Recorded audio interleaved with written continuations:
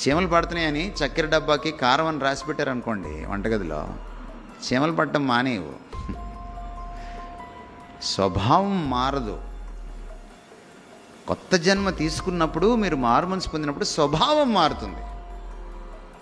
స్వభావం మారితేనే మీరు క్రైస్తవులు, అయితే మీరు క్రైస్తవులు కాదు. కానీ నాకు తెలిసి 30 కాలేజీలకి ప్రొఫెసర్గా పనిచేసిన, ఇంగ్లీష్ ప్రొఫెసర్గా పనిచేసి ఎన్టీ రామారావుకి కూడా పాఠాలు చెప్పినటువంటి ఒక ఇంగ్లీష్ ప్రొఫెసరు, ఆయన 70వ ఏట ఒక విద్యార్థుల సువార్త సభలో ఆయన లేచి నిలబడి మారుమనసు పొందుంటే నా కళ్ళారా చూశాను. మనం ఎంత మోసగాళ్ళం అంటేనండి, మన కులంలోనే మనం అబ్బాయిని ఎతుకుతాం కదా. మన కోరికలు కొన్ని ఉంటాయి, మన అమ్మాయికి కొన్ని కోరికలు ఉంటాయి. ఈ కోరికలన్నీ టిక్ అయ్యేదాకా వెతుకుతాం. మళ్ళీ పెళ్లి కార్డు మీద ఏం వేస్తామంటే ఇది యెహోవా వలన కలిగినది అంటాం. ఎంత అబద్ధం అండి ఇది. నేను కాలేజీలో పనిచేసేటప్పుడు క్యాంటీన్కి వెళ్ళాము, మా లెక్చరర్స్ అందరూ కలిసి. ఆ క్యాంటీన్ ఆవిడ ఒకరోజు అడిగింది మమ్మల్ని, మొన్న ఒక పెళ్ళి జరిగింది సార్, మీ క్రిస్టియన్స్ పెళ్ళి మా అపార్ట్మెంట్లోనే, మేము చేసినట్టే చేశారు సార్ పెళ్ళి, ఏం తేడా లేదు సార్, యేసుప్రభు పటం ఒక్కటే తేడా సార్ అందావిడ. ఒక హిందూరాలు, మేము చేసినట్టే చేశారు సార్ పెళ్ళి. అయిన తర్వాత ఆవిడ ఒక ప్రశ్న అడిగింది, మీకు మాకు ఏంటి సార్ తేడా అంది. దైవజనుల పాపం ఇది. దైవజనులు తమను తాము హెచ్చించుకోవడానికి దీన్ని చేశారు. Lack of the intimacy with God, the lack of the knowledge of the word మొదటిదైతే, the lack of the intimacy with God. దేవునితో ఈరోజు ఒక సాన్నిహిత్య సంబంధం క్రైస్తవులు కోల్పోయారని నాకు పెద్ద అనుమానం. ఈరోజు క్రైస్తవులకి క్రీస్తు గురించి తెలుసు, కానీ క్రీస్తు తెలియదు. ఇది చాలా చాలా పెద్ద ప్రమాదకరమైన విషయం. క్రీస్తు గురించి దయ్యాలకు కూడా తెలుసు. క్రీస్తు దగ్గరికి వస్తుంటేనే గుర్తుపట్టేసాయి, నీవు సర్వోన్నతుడైన దేవుని కుమారుడు అని. క్రీస్తు గురించి చాలామంది అన్యులకు కూడా తెలుసు. క్రీస్తు గురించి అపవాది కూడా బాగా తెలుసు. కానీ క్రీస్తును తెలుసుకోవడం, ఇది చాలా చాలా ప్రాముఖ్యమైన విషయం. దిస్ ఇంటిమసీ విత్ గాడ్, దేవునితో ఒక సాన్నిహిత్యం, ఒక స్నేహబంధం, ఇది చాలా అవసరం.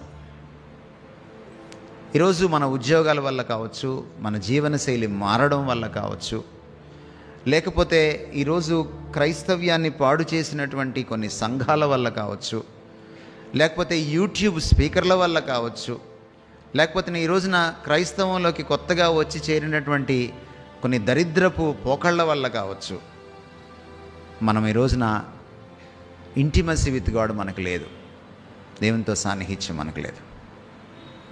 మీరు చూడండి, ఈ రోజున కొత్త ట్రెండ్ ఏమిటంటే ప్రార్థన చేయించుకోవడానికి ఎగబడుతున్నారు. ఒక మీటింగ్ అయిపోతే ఒక దైవజనుడి దగ్గరికి వెళ్ళి ఆయన చెయ్యేసి ప్రార్థన చెయ్యాలి అని ఈరోజు ఉబలాటం పెరిగింది. మీరు ఎప్పుడైనా పాత నిబంధనలో కానీ కొత్త నిబంధనలో కానీ రండి ప్రార్థన చేస్తామని బారులు తీరి నిలబడినట్టుగా మీరు ఎప్పుడైనా చూసారా క్రైస్తవులారా?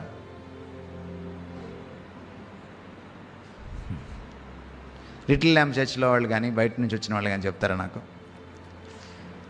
పౌలుతో కానీ, పేతురుతో కానీ, యాకోబుతో కానీ, యోహాన్తో కానీ, యేసుక్రీస్తు వారితో కానీ, లేకపోతే ప్రవక్తల విషయంలో కానీ ఇది ఎక్కడైనా జరిగిందా? పోనీ మోషే ప్రార్థన చేసేటప్పుడు కానీ వరుసగా బారులు తీరితే అందరి మీద చేతులు వేసుకుంటే వెళ్ళి ప్రార్థన చేసిన సందర్భం ఏమైనా ఉందా? లేదు. We have created this. భారతీయ ఈ సంస్కృతిలో కొన్ని మూఢనమ్మకాలు ఉన్నాయి. గురువు గారు వస్తే, పూజారి గారు వస్తే, బాబా గారు వస్తే ఆయన దగ్గర ఏదో దైవాంశ సంభూతుడు ఆయన అనేటువంటి ఒక మూఢనమ్మకం భారతీయ సంస్కృతి గుండెలోనే ఉంది. ఇది it is in the heart of the Indian culture. ఇది మనకు కూడా అబ్బేసింది. దానివల్ల గురువుగారు రాగానే పాదాలు పట్టుకోవడం, గురువుగారు రాగానే ఆయన చెయ్యేస్తే చాలు అని అనుకోవడం, ఆయన ఆశీస్సులు తీసుకుంటే అబ్బా ఇంకా మనకి ఇంతకంటే ధన్యత లేదనుకోవడం, ఇది ఎక్కువైపోయింది. మీరు చాలాసార్లు పాస్టర్ గారిని ఇంటికి తీసుకెళ్ళి భోజనం పెట్టేటప్పుడు కూడా పాస్టర్ గారి మీద ప్రేమ ఉండదు మీకు. మీకేదో ఆశీర్వాదం వస్తుందని. మీరు చాలా స్వార్థపరులు నాకు తెలుసు. అందుకని ఇళ్ళకి భోజనాలు పిలిస్తే వెళ్ళను నేను, ఎందుకంటే మీ ప్రేమ నాకు తెలుసు. మీరు భోంచేయకపోతే ఎట్లా సార్, మాకు ఆశీర్వాదం ఎలా వస్తుంది అంటారు తప్ప, సార్ మీకోసం ప్రేమతో ఉండాము సార్ అని ఎవరు అనరు. నాకు 30 ఏళ్ళ సర్వీసు, ఇంతవరకు ఎవరు అనలేదు ఈ మాట. మీరు రాకపోతే మాకు ఆశీర్వాదం ఎట్ట సార్ అంటున్నారు తప్ప, 24 గంటలు వాళ్ళకి ఆశీర్వాదం గురించే తప్ప వాళ్ళకి. అరే నాకు బాగాలేదురా నాయన, నాకు ఎసిడిటీ ఉంది అంటే కూడా వాళ్ళు పట్టించుకోరు. ఎందుకంటే వాళ్ళకి ఆశీర్వాదం కావాలి. నువ్వు నాశనం అయిపోయినా పర్లేదు, వాళ్ళకి ఆశీర్వాదం కావాలి. ఈ ట్రెండ్ నడుస్తుంది.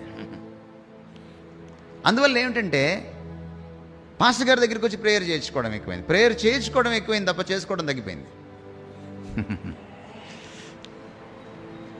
మొన్న మధ్య నేను వెస్ట్ గోదావరిలో ఒక ఊరికి వెళ్తే దానికి ముందు నెలలోనే మీటింగ్స్ జరిగాయట.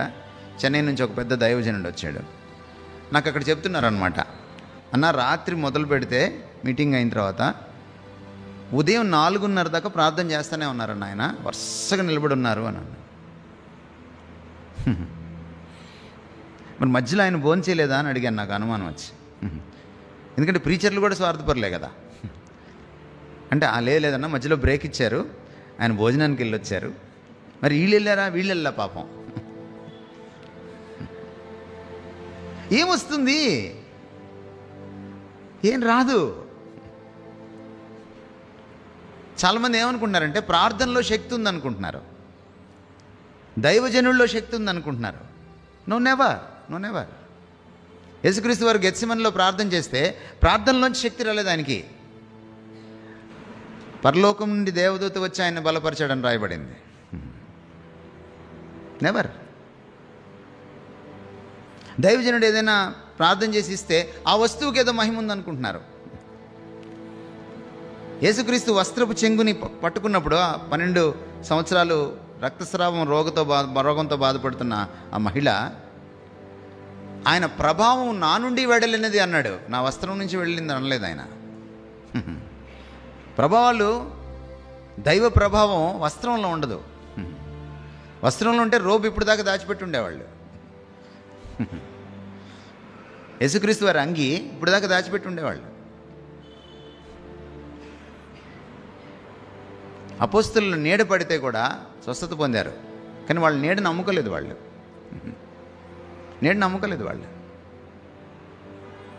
మనం మారాలి. క్రైస్తవులం మనం మారాలి.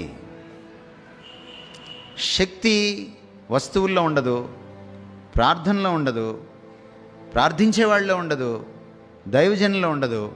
శక్తి ప్రభువులో ఉంటుంది. అది ప్రార్థన ద్వారా మనకు అబ్బుతుంది. మీరు హెబ్రీ పత్రిక 5వ అధ్యాయం ఇంటికి వెళ్ళిన తర్వాత చదవండి. ఆయన ప్రార్థన ద్వారా శ్రమ పొంది విధేయత నేర్చుకొనెను. It is through prayer, not by prayer.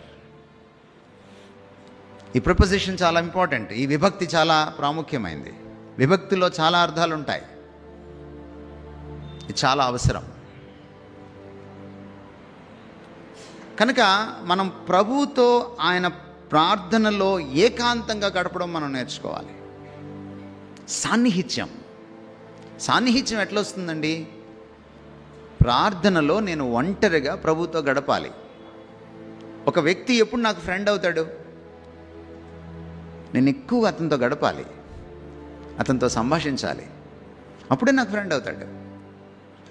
Friendship అనేది సంభాషణ సహవాసం లేకుండా జరగదు. అసలు ఫ్రెండ్షిప్ పటిష్టం అవ్వదు, అసలు ఫ్రెండ్షిప్ ఆరంభం కాదు.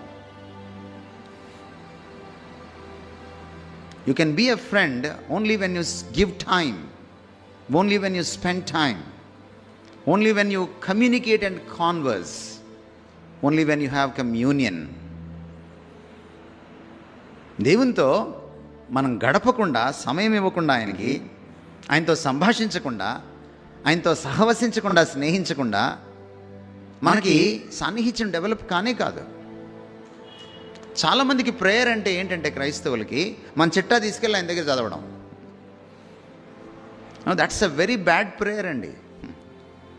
మీ సంఘంలో మీరు చివరిలో ఈ పరలోక ప్రార్థన చెప్తారా? ప్రభు నేర్పిన ప్రార్థన ఉందా? మీకు అలవాటు ఉందా? Right, good. అలా అయితే మీకు నేను చాలా సులభంగా చెప్పగలను. ప్రభు నేర్పిన ప్రార్థనలో అంశాలు ఏమున్నాయి చెప్పండి నాకు.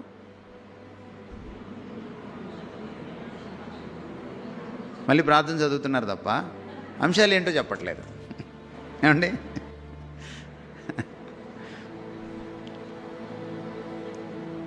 మొదటి అంశం ఏంటి? ఏమండి? మొదటి అంశము పరలోకమందున్న మా తండ్రి. ఎవరి తండ్రి ఆయన? ప్రార్థన చేసేవాడి తండ్రి. ఈ మా తండ్రిని ఎప్పుడంటారు మీరు? When you have a relationship. ప్రార్థన చేసే వాళ్ళందరూ దేవుని పిల్లలు కాదు. నో. ఒకడు క్రొత్తగా జన్మించితేనే కానీ దేవుని పిల్లోడు కాలేడు. మీరు యోహాను సువార్త 1వ అధ్యాయం 3వ అధ్యాయం ఇంటికి వెళ్ళిందో చదువుకోండి. దేవుని పిల్లలు అవడానికి దేవుడు అధికారం అనుగ్రహించాలి. నా అంతటి నేను దేవుని పిల్లోడిని అవలేను. If God is my father, I should become his child. That authority comes from God, not from me. దేవుడు నాకు తండ్రి అవ్వాలంటే, నేను ఆయన బిడ్డను అవ్వాలంటే ఆయన నాకు అధికారం ఇవ్వాలి. అది మారు మనసు ద్వారానే సాధ్యమవుతుంది. ఎంతమంది ఇక్కడ కూర్చున్న వాళ్ళకి మారు మనసు అనుభవం ఉంది? చేతులు ఎత్తారా? నేను మారు మనసు పొందాను, ఆ తర్వాతనే బాప్తిస్మం తీసుకున్నాను.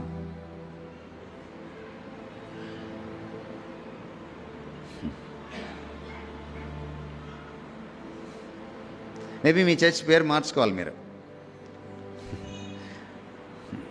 లిటిల్ ఉంచుకోండి, ల్యాంబ్ కొట్టేయండి. ఒకళ్ళు కూడా చేయొత్తలేదు సార్. జాన్ గారు మీరు చూడండి వెనక్కి తిరిగి.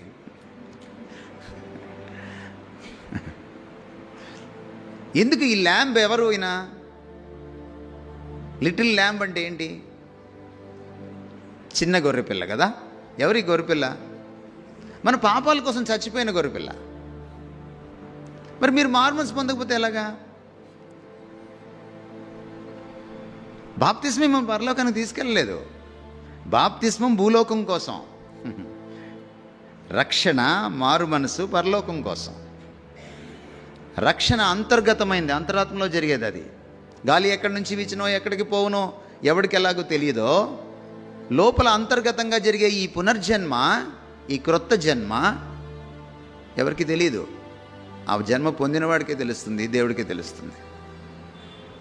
అది తెలియదు కాబట్టి బయట బాప్తిస్మంతో పెళ్ళికి నేను ఎలా ఉంగరం పెట్టుకొని నాకు పెళ్ళయిందని చెప్పుకుంటున్నానో, నేను మారు మనసు పొందానని చెప్పుకోవడానికి బాప్తిస్మం అంతే. నాకు పెళ్ళి కాకుండా ఉంగరం పెట్టుకున్నాను అనుకోండి, ఇది చెల్లదు. బాప్తిస్మం కూడా అంతే. దేవునితో ఇంటిమసీ కావాలంటే ముందు నీకొక రిలేషన్షిప్ కావాలి. దేవునితో సంబంధం లేకుండా స్నేహం లేదు, ముందు సంబంధం. The very first sentence in the prayer is you should have a father child relationship with God. మీరు చదవండి కావాలంటే, 1వ అధ్యాయము 1వ అధ్యాయము యోహాను సువార్త మీరు చదివితే, ఇది మనుషేచ్ఛ వలన పుట్టిన పిల్లలు కాదు వీళ్ళు. ఇది రక్త మాంసాలను పంచుకొని పుట్టిన పిల్లలు కాదు వీళ్ళు. వీళ్ళు దేవుని యొక్క ఆత్మ వలన పుట్టిన పిల్లలు. మీరు చెయ్యెత్తలేకపోయారంటే నాకు చాలా, కనీసం అర్ధభాగం అని ఎత్తుతారు అనుకున్నాను నేను. నాకు ఈరోజు చాలా పెద్ద షాక్ ఇచ్చారు మీరు. క్రైస్తవం చెడిపోతుందని నాకు తెలుసు, కానీ రెండో సెంటెన్స్ చెప్పలేకపోతున్నాను. ఇంత షాకింగ్గా ఉంటుందని నేను అనుకోలేదు. ఫస్ట్ థింగ్ మీరేంటంటే, ఉజ్జీవం సంగతి తర్వాత ముందు పునర్జన్మ పొందండి. పునర్జన్మ తర్వాతనే పునరుజ్జీవం. పునర్జన్మ పొంది ఈ ఎట్లా పడితే అట్లా బతికేసి నులివెచ్చని బతుకులోకి వెళ్ళిపోతే అప్పుడు మళ్ళీ చిలకరిస్తారనమాట. మీరు మూర్చపోతారు కదా, మూర్చపోతే కొంచెం మళ్ళీ నీళ్లు చల్లితే మళ్ళీ లేస్తారన్నమాట. అసలు ముందు జీవమే లేకపోతే, పుట్టుకే లేకపోతే ఇంకెక్కడ వస్తుంది పునరుజ్జీవం? ఉజ్జీవ సభలు ఎవరికంటే క్రైస్తవులకి, చల్లారిపోయిన క్రైస్తవులకి. క్రైస్తవులే మీరు కానప్పుడు మీరు లేబుల్ క్రైస్తవులు, పండగ క్రైస్తవులు అయితే కష్టం. చీమలు పడుతున్నాయని చక్కెర డబ్బాకి కారం అని రాసి పెట్టారనుకోండి వంటగదిలో, చీమలు పట్టడం మానేవు. స్వభావం మారదు. కొత్త జన్మ తీసుకున్నప్పుడు, మీరు మారుమనసు పొందినప్పుడు స్వభావం మారుతుంది. స్వభావం మారితేనే మీరు క్రైస్తవులు, అయితే మీరు క్రైస్తవులు కాదు. యు గో టు ఎనీ డాక్ట్రిన్ని కరెక్ట్గా, వాక్యాన్ని సరిగా బోధించే బ్యాప్టిస్ట్ చర్చ్ కావచ్చు, మెననైట్ చర్చ్ కావచ్చు, ఏ చర్చ్కైనా మీరు వెళ్ళండి. You ask them, this is fundamental, this is fundamental.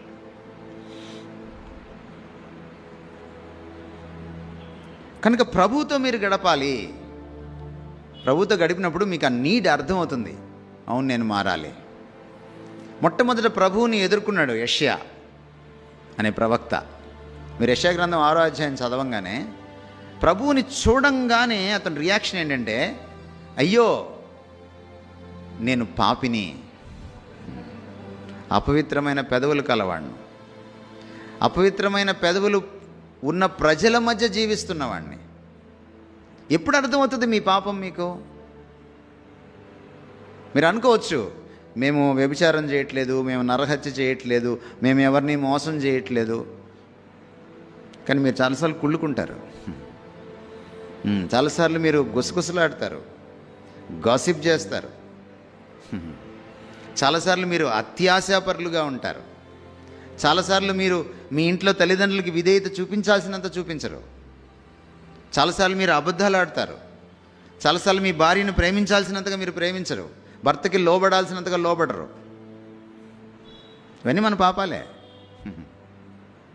మనలో పాపం లేదని మనం చెప్పుకుంటే మనల్ని మనం మోసపుచ్చుకుంటున్నాం. దేవుడిని అబద్ధికుడిగా చేస్తాం మనం. God can never be a liar. ఇది చాలా ప్రాముఖ్యమైన విషయం. మేబీ రేపు నేను వచ్చేటప్పటికి మీరు మారుమనసు పొందుతారని నేను అనుకుంటున్నాను. పొందకపోతే పుట్టగతులు లేవండి. ఇంకొక కొత్త కరోనా వస్తుంది, జాగ్రత్త. ఎవడు పోతాడో తెలియదు, ఎప్పుడు పోతాడో తెలియదు. Be ready. మారుమనసు పొందిన వాడికే ఆయనతో ఉండే భాగ్యం. ఒకడు కొత్తగా జన్మించితేనే తప్ప పరలోక రాజ్యం చూడలేడు. నేను లిటిల్ ల్యాంబ్ సార్ అంటే, నువ్వు లిటిల్ ల్యాంబ్ అయినా బిగ్ ల్యాంబ్ అయినా కుదరదు. నువ్వు కొత్తగా జన్మించాల్సిందే. నికోదేమంతుడికే చెప్పేశాడు ఆ మాట. పరిసయ్యుల భక్తి ముందు మన భక్తి పనికిరాదు. మన ఆంధ్ర క్రైస్తవుల, తెలంగాణ క్రైస్తవుల, తెలుగు క్రైస్తవుల భక్తి పనికిరాదు. వాళ్ళకే చెప్పేశాడు అనమాట. కొత్తగా జన్మిస్తేనే. నికోదేంకి మారుమనసు గురించి ఎప్పుడు చెప్పాడంటే, ఆయన ముసలోడు అయిపోయిందో చెప్పాడు. మారుమనసు పొందడానికి వయసు లేదు. దేవుడు కృప బాగుండి నేను సండే స్కూల్లోనే మారుమనసు పొందాను. కానీ నాకు తెలిసి 30 కాలేజీలకి ప్రొఫెసర్గా పనిచేసిన, ఇంగ్లీష్ ప్రొఫెసర్గా పనిచేసి ఎన్టీ రామారావుకి కూడా పాఠాలు చెప్పినటువంటి ఒక ఇంగ్లీష్ ప్రొఫెసరు, ఆయన 70వ ఏట ఒక విద్యార్థుల సువార్త సభలో ఆయన లేచి నిలబడి మారుమనసు పొందుంటే నా కళ్ళారా చూశాను. A wonderful man, a well-educated man who did his doctorate in Pennsylvania long back. Dutch princess ఆయన క్లాస్మేట్. ఆయన ఎటువంటి భేషజాలకి పోకుండా లేచి నిలబడ్డాడు. నేను ప్రభుకి మనసిస్తున్నాను అని. సిగ్గుపడకూడదు మారుమనసు పొందడానికి. దానికి వయసు లేదు. ప్రభుతో మనం గడపకపోతే ఆయన ఎవరో మనకు అర్థం కాదు. ఆయన ఎవరో మనకు అర్థం కాకపోతే మనం ఎవరో మనకు అర్థం కాదు. మన దీనస్థితి ఏంటో మనకు తెలియదు. For the first time in his life prophet Isaiah could know that he was a sinner. మొట్టమొదటిసారి తన జీవితంలో తన పాపం ఏంటో గుర్తించాడు యెషయా. Only when he encountered this Holi God, the God of the Bible. ఇది ఏకాంత ప్రార్థనలోనే జరుగుతుందండి, ఇంకెక్కడా జరగదు. నేను మీకు చాలా విషయాలు చెప్పాలి. అందుకని మీరు ప్రార్థన చేసేటప్పుడు God should be your focus. పరలోకమందున్న మా తండ్రి రిలేషన్షిప్ ఉందో లేదో చూసుకోండి. ఆ తర్వాత మొదటి 3 విషయాలు, ప్రధానమైన విషయాలు ఏమంటున్నాడు? నీ నామం, నీ చిత్తం, నీ రాజ్యం.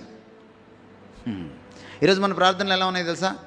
నా నామం, నా ప్రతిష్ట, నా పరువు, నువ్వు తలగా కాదు, నువ్వు తోకగా కాదు, తలగా ఉంచుతానన్నావు. 24 గంటలు నువ్వు తలే, మళ్ళీ తోక జాడిస్తూనే ఉంటాం. 24 గంటలు మన గురించే, మనకి ప్రార్థనలో కూర్చున్నామంటే మన గురించే. బట్ ప్రార్థనలో టాప్ కన్సర్న్ ఏంటంటే ఆయన నామం పరిశుద్ధపరచబడాలి. What does it mean that his name has to be hallowed? ఆయన నామం పరిశుద్ధపరచబడడం అంటే ఏమిటి? ఆయన నామానికి చెందాల్సిన గౌరవం చెందాలి. నా జీవితంలో, నా సంఘ జీవితంలో, నా సంఘంలో కూడా, బయట సమాజంలో కూడా. My primary concern is the person of God. నామం అంటే దేవుని వ్యక్తిత్వం, ఆయన క్యారెక్టర్, హిస్ గ్లోరీ. మహిమ అంటే ఆయన క్యారెక్టర్ యొక్క సమాహారమే.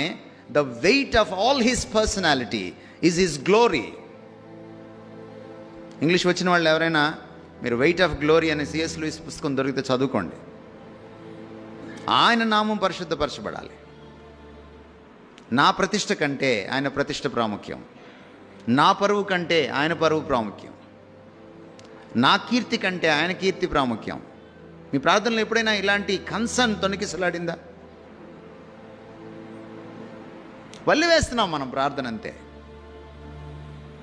This should happen in your intimate prayers, in your private prayers. మీరు ఆంతరంగికంగా ప్రార్థన చేసుకుంటారే, దేవునితో ఏకాంతంలో ప్రార్థన చేసుకుంటారే, అక్కడ జరగాలి. నీ గుండె చప్పుడు, ప్రభువా నీ నామం, నీ నామానికి ఎంత గౌరవం దొరుకుతుంది నా జీవితంలో. The second thing is his will. ఆయన చిత్తం జరుగుతుందా లేదా? మన బిడ్డలకి మనం పెళ్ళిళ్ళు చూసేటప్పుడు ఎవరి వీళ్ళు జరుగుద్దండి? మీరు పడి ప్రార్థన చేస్తారు కదా వాళ్ళకి పెళ్ళి అయ్యేదాకా. ఎవరి వీళ్ళు నెరవేర్చుకుంటారు మీరు? మీదా ఆయనదా?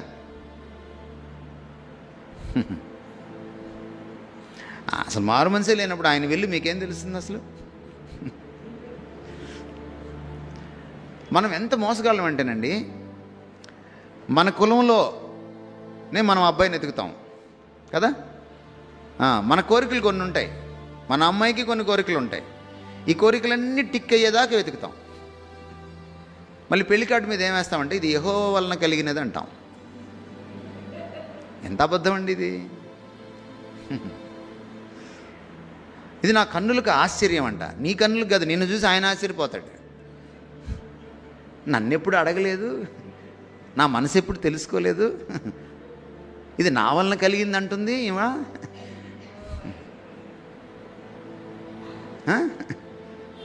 ఎప్పుడైనా నువ్వు కన్నీళ్లు కార్చి ఒకటి అడిగితే దేవుడు నో చెబితే నువ్వు థ్యాంక్స్ చెప్పావా? అనుభవం నీకుందా? ప్రభా నా చిత్తం కాదు నీ చిత్తమే సిద్ధించను కాక గెత్సెమనీలో ఆయన ప్రార్థన నేర్పించాడు కదా మనకి. మీకు ఎప్పుడైనా అలాంటి అనుభవం ఉందా? ఇంటిమసీలో ఇవి వస్తాయండి, అనుభవాలు వస్తాయి. ప్రార్థనలో నేను గెలవను, ప్రభు గెలుస్తాడు. ఎందుకంటే ప్రార్థనలో ఆయన సర్వాధికారి, నేను లోబడేవాడిని. ప్రార్థన అంటే నేను దాసోహం అయిపోవడం ఆయనకి. ప్రార్థన అంటే నన్ను నేను అప్పగించేసుకోవడం ఆయనకి. ప్రార్థన అంటే ఆయన సన్నిధిలో నన్ను నేను మైమర్చిపోవడం. ప్రార్థన అంటే ఆయన్ని ముఖాముఖిగా తెలుసుకొని ఆయన ముఖారవిందాన్ని, ఆయన ముగ్ధ మనోహర రూపాన్ని చూసి ముగ్ధుడినైపోవడం, ఆయనతో ప్రేమలో పడ్డాం. మళ్ళీ ఎప్పుడు వస్తాను ఆయన సన్నిధికి అని అనుకోవడం.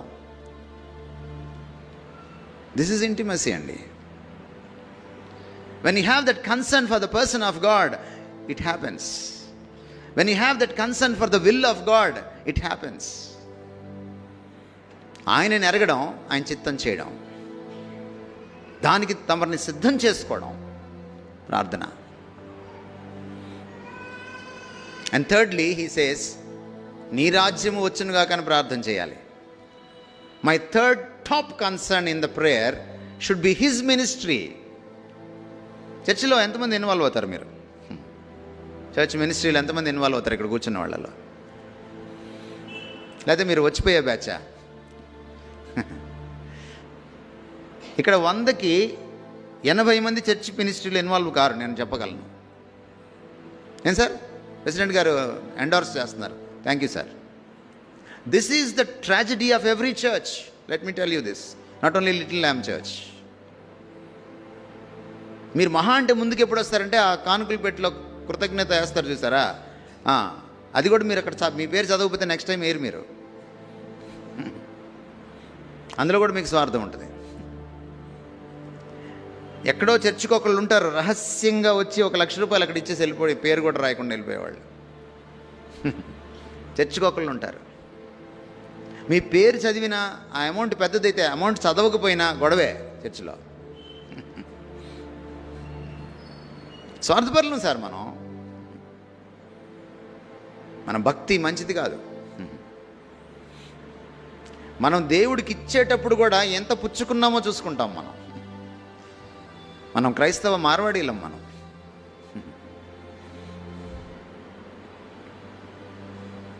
Do you have concern for the kingdom of God?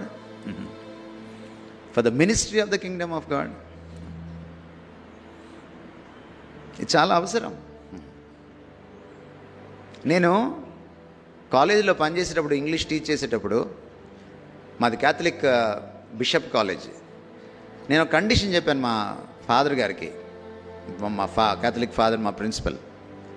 Sir, నేను మినిస్ట్రీకి వెళ్ళాలి, నేను వీకెండ్స్ రాను, మీరు నన్ను ఎగ్జామ్ చేయాలి అని చెప్పాను.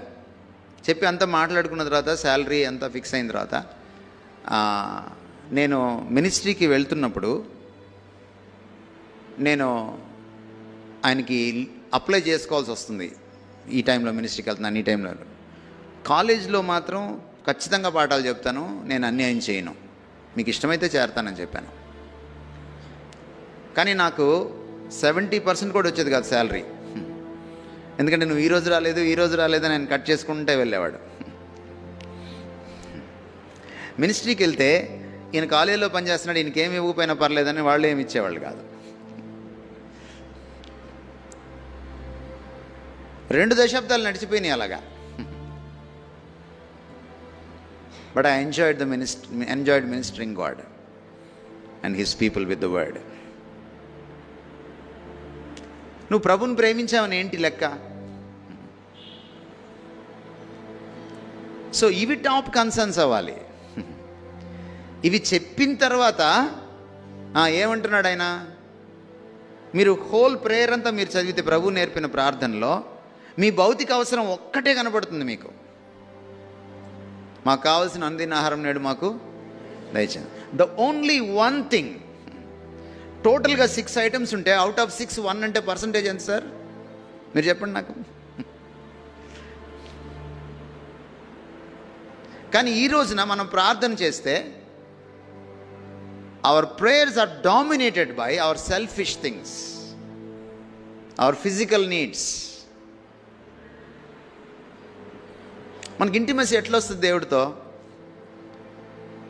మన కన్సర్న్ ఆయన అయినప్పుడు, మన కన్సర్న్ ఆయన చిత్తమైనప్పుడు, మన కన్సర్న్ ఆయన పరిచర్య అయినప్పుడు, మన ప్రార్థన ఆయన చుట్టూ పరిభ్రమించినప్పుడు, మన ప్రార్థనలో ప్రధానమైన వ్యక్తి ఆయన అయినప్పుడు, మన దృష్టంతా ఆయన మీదే ఉన్నప్పుడు మనకి ఇంటిమసీ వస్తుంది, ఆయనతో సాన్నిహిత్యం వస్తుంది. మోషే మొట్టమొదటిసారి దేవుణ్ణి చూసినప్పుడు మండుచున్న పొదలో కనపడ్డాడు. ఆయన చాలా చిన్న ప్రత్యక్షత, a very tiny revelation. ఏదో నెలపొడుపు లాంటిది అది. కానీ 30 సంవత్సరాలు గడవక ముందే 30 అధ్యాయాలు వెళ్ళేటప్పటికి, 3వ అధ్యాయం నుంచి నిర్గమకాండంలో 33వ అధ్యాయంకి వెళ్ళేటప్పటికి మీకేం కనపడుతుందంటే, మోషే దేవునితో ఒక స్నేహితుడి లాంటి ఇంటిమసీ డెవలప్ చేసుకున్నాడు. దేవుడు మోషేతో ముఖాముఖిగా స్నేహితుని వలె మాట్లాడుచుండేనని రాయబడింది. మోషే ఎంత నిస్వార్థపరుడంటే, there was a point in his prayer life where God said, ఆయన దేవుడు ఇంకెవరు లేరు కొండపైన, ఆ సీనాయి పర్వతం పైన. దేవుడు చెప్పాడు, ఈ ప్రజలు, అంతకుముందు నా ప్రజలు అనేవాడు దేవుడి పరిభాష మారింది, మీరు చదవండి కావాలంటే, నీ ప్రజలు, ఈ ప్రజలు అన్నాడు ఆయన. నా ప్రజలు అనడం మానేశాడు ఆయన. ఎందుకంటే వాళ్ళు అవిధేయత చూపించారు. వారితో నేను రాను అన్నాడు. వారితో నేను రాను అన్నాడు ఆయన. కావాలంటే నా దూతను పంపిస్తాను కానీ నేను రాను కనాన్ దేశానికి. మోషే ఆయన కాళ్ళు పట్టేసుకున్నాడు. నువ్వు రాకపోతే నేను ఎలా నడిపించాలి? నువ్వు రాకపోతే మేము నీ బిడ్డలమని లోకానికి ఎలా తెలుస్తుంది? Look at is concern. ప్రజల్ని నడిపిస్తున్నప్పుడు తాను నాయకుడిగా ఎదగాలనేటువంటి కన్సర్న్ ఏమాత్రం లేదు ఆయనకి. నీ నామము బయట లోకానికి తెలియాలంటే మా ద్వారా నువ్వు మాతో ఉండాలి. That's his concern. His concern was the glory of God to be proclaimed in the whole world through Israelites. మరొక సందర్భంలో ఆయన నాశనం చేస్తానన్నాడు వీళ్ళని. ఇదే ప్రేయర్ లైఫ్ కొనసాగుతుంది ఆయనతోటి. ఒక ఆంతరంగికమైన ప్రేయర్ లైఫ్ మోషేకి దేవుడికి మధ్య, ఒక ఇంటిమసీ విత్ గాడ్. దేవుడు అన్నాడు, నేను ఈ ప్రజలను నాశనం చేస్తానన్నాడు. కాళ్ళు పట్టుకున్నాడు మళ్ళీ, నన్ను నాశనం చేయగాని వాళ్ళని వదిలిపెట్టన్నాడు. మీరు చర్చస్లో ఎప్పుడైనా ఇలాంటి లీడర్ని చూసారా? యూట్యూబ్లో ఎప్పుడైనా ఇలాంటి లీడర్ని చూసారా? నీ జీవ గ్రంథంలో నా పేరైనా తుడిచేయి, కానీ వీళ్ళని మాత్రం నువ్వు నాశనం చేయొద్దు. ఎవడు దేవుణ్ణి హత్తుకోగలడంటే ఇలాంటి నిస్వార్థపరుడు. ఈరోజు మోసెస్ జీవితం ఒక నిలువెత్తు రూపంగా మీ ముందు నిల్చుంది. The same heart you can see in Gethsemane in the Lord Jesus Christ's prayer life. Same example. ఆయన శిలువలో చచ్చిపోకపోతే ఏం కాదు. ఆయన ఇక్కడికి వచ్చి నరవతారం ఎత్తి మళ్ళీ వెళ్ళిపోగలడు ఆయన. At any point of time ఆయన ఆరోహణం అయిపోగలడు. ఎవడు పరలోకానికి ఎక్కిపోగలడు? ఎవడు పరలోకానికి ఎక్కిపోలేడు. ఎవడైతే పరలోకం నుంచి కిందకి దిగి వస్తాడో వాడు తప్ప ఇంకెవడు పరలోకానికి ఎక్కిపోలేడని చెప్పాడు ఆయన. కానీ ఆయన సిలువకి ఎక్కకూడదని అనుకున్నప్పుడు, ఎందుకంటే సిలువ మీద మన పాపం అంతా ఆయన మీద పడుతుంది కాబట్టి, ఆ పరిశుద్ధుడికి పాపం జుగుప్సాకరమైంది కాబట్టి, మన రోడ్డు మీద వెళ్తుంటే బస్సులోంచి ఎవడైనా ఉమ్మేస్తే అది మన మీద పడితే అతి త్వరలో ఇంటికి వెళ్ళి స్నానం చేస్తాం మనం. మనందరి పాపం ఆయన మీద ఆ రోజు పడుతుంది కాబట్టి ఆయన తట్టుకోలేక అడిగాడు ఆ రోజున, నీకు సాధ్యమైతే ఈ గిన్నె నా దగ్గర నుంచి, సిలువ నా దగ్గర నుంచి తీసేయమని.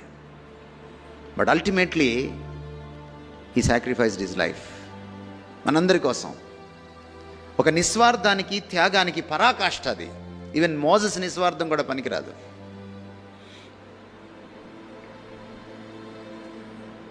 దేవుని సన్నిధిలో నువ్వెంత నిస్వార్థంగా ఉంటావో, నువ్వెంత నీ గురించి మర్చిపోయి ఆయన గురించి ఆలోచిస్తావో, నీకు అంత ఇంటిమసీ దొరుకుతుంది. When Jesus submitted to that point, there was an answer from heaven. దూత దిగి వచ్చి ఆయన బలపరిచాడు. ప్రార్థనకి జవాబు అంటే నువ్వు అడిగిన గొంతెమ్మ కోరికలన్నీ నెరవేర్చడం కాదు. ప్రార్థనకి జవాబు అంటే దేవుడు ప్రసన్నుడై నిన్ను విజిట్ చేస్తాడే ప్రార్థనలో. దట్ ఈస్ ప్రార్థనకి జవాబు అంటే. No this evening. ఇది జరిగిన నాడు నీ క్రైస్తవం బయట వారిని ప్రభావితం చేస్తుంది, క్రీస్తుని ప్రచురం చేస్తుంది. మనకి రాయబడింది, అద్భుతమైన విషయాలు మనకి రాయబడ్డాయి. సంఘం ఎందుకుందంటే ఈ భూమి మీద ఆయన గుణాతిశయాలను ప్రచురం చేయడానికి ఈ భూమి మీద నిలిచి ఉంది సంఘం. సంఘం కోసం లేదు ఇక్కడ. ఈ గుణాతిశయాలని ప్రచురం చేయడానికి, ఆయన్ని చూపించడానికి. ఎవరికైతే ఆయనతో ఆంతరంగిక సంబంధం, సహవాసం, సాన్నిహిత్యం, స్నేహం లేదో వాళ్ళు లోకానికి ఆయన్ని పరిచయం చేయలేరు.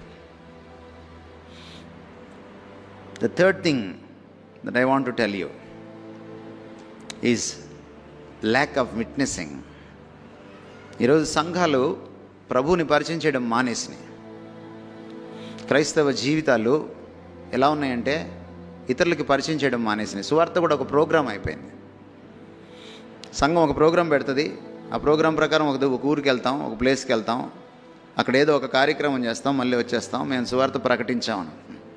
నో, సువార్త ఒక ప్రోగ్రాం కాదు. మీరు మొదటి సంఘాన్ని మీరు చూస్తే సువార్త వాళ్ళకు ఒక స్పాంటేనియస్ థింగ్.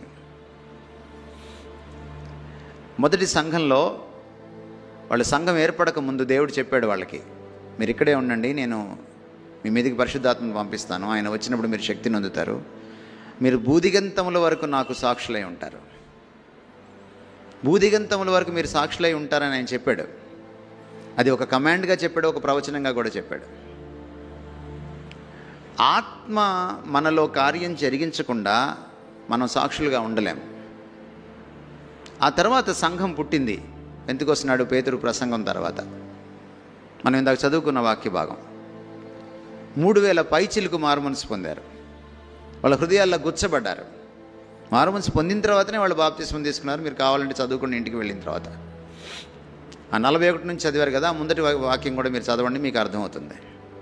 మారుమనసు లేకుండా బాప్తిస్మం లేదు. పెళ్లి కోసమో చర్చిలో మెంబర్షిప్ కోసమో బాప్తిస్మం తీసుకోలే వాళ్ళు. కానీ ఆ సంఘాన్ని మనం చూస్తే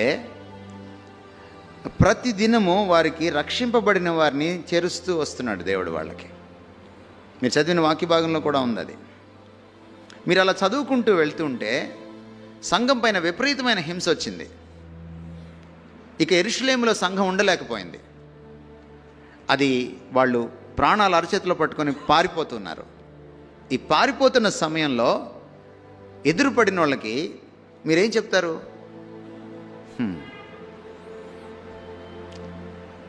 ప్రాణాలు అరచేతిలో పెట్టుకొని పారిపోతున్నారు. పారిపోతున్నవాడు ఏం మాట్లాడతాడండి? భయం గుప్పిట్లో ఉన్నవాడు ఏం మాట్లాడతాడు? కానీ వాళ్ళు ఎదురుపడిన వాళ్ళకి ఏం చెప్పారంటే సువార్త చెప్పారు. మీరు ఇంటికి వెళ్ళిన తర్వాత అపోస్తలుల కార్యాలు 8వ అధ్యాయం చదవండి. అప్పుడే స్టెఫన్ను చంపారు, సంఘం పారిపోతుంది. అపోస్తలు తప్ప అందరూ పారిపోయారని రాయబడింది. భూదిగంతముల వరకు సాక్ష్యం ఎలా అయ్యారంటే వాళ్ళు ఆ ప్యానిక్ సిచ్యువేషన్లో, ఆ భయభ్రాంతుల్ని గొలిపేటువంటి ఆ భయానకమైన సిచ్యువేషన్లో వాళ్ళు 4 దిక్కుల అష్టదిక్కులా పారిపోయారు. ఆ పారిపోతూ సువార్త చెప్పుకుంటూ వెళ్ళారు. ప్రపంచం నలుమూలలకు సువార్త వెళ్ళిపోయింది. నేను ఎందుకంటున్నానంటే ఈ విషయము, it was not a programme, it was not a programme, it was spontaneous. ఇంతమంది సంఘస్థులు ఉన్నారు కదా, మీరు ఎంతమందికి సువార్త చెప్తారు? సువార్త 2 రకాలుగా ఉంటుంది, వర్బల్లీ అండ్ నాన్ వర్బల్లీ. మాటతో చెప్తాం, క్రియతో కూడా చెప్తాం సువార్త. మీ బ్రతుకులు క్రీస్తుని ఎంతమందికి, మీ యొక్క బంధుమిత్రులకు, పొరుగు వారికి, మీ సహోద్యోగులకు పరిచయం చేస్తున్నాయి?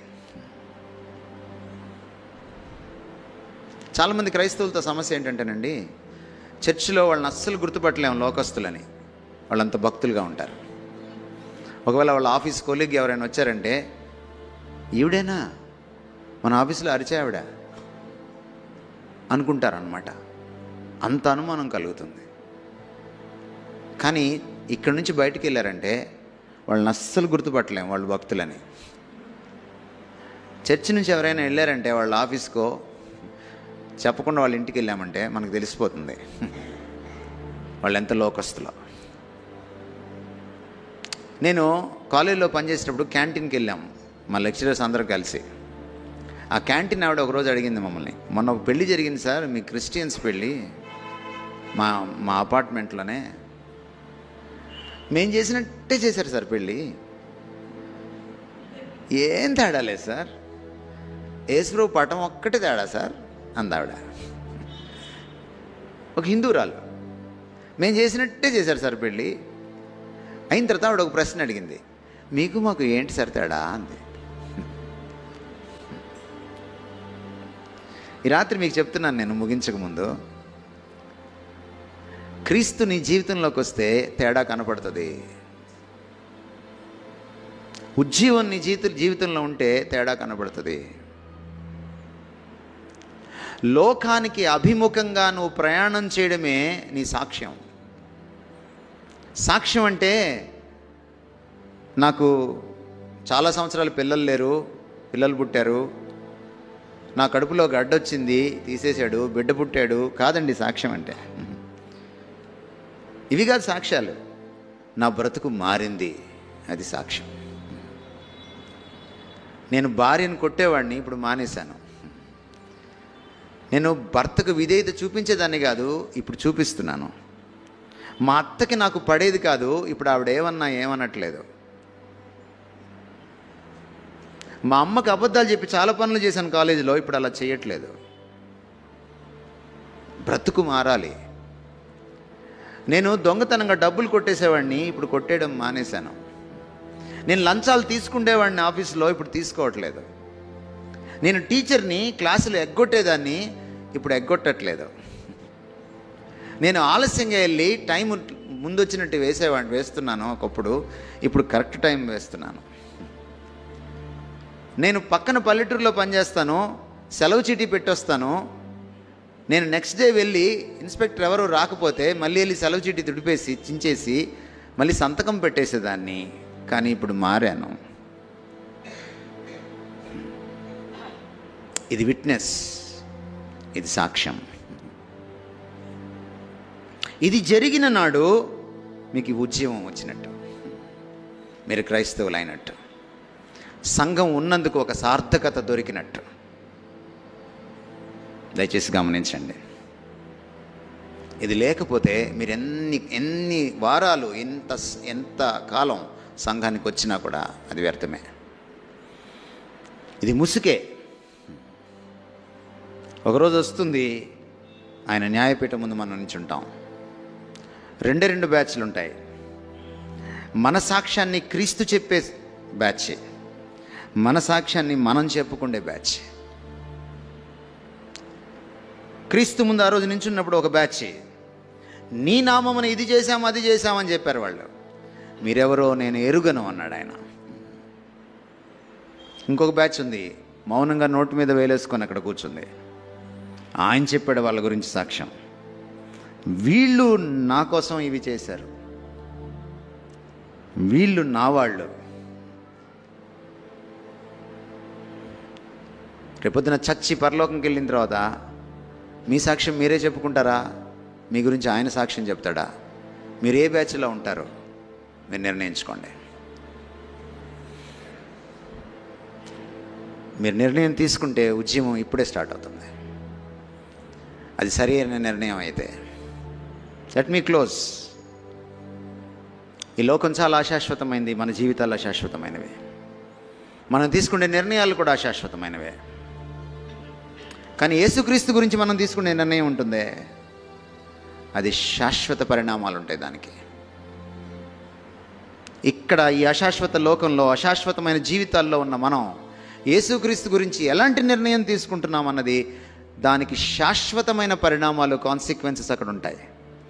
శాశ్వతమైన కాన్సిక్వెన్సెస్ ఇన్ హెల్ ఆర్ శాశ్వతమైన కాన్సిక్వెన్సెస్ ఇన్ హెవెన్.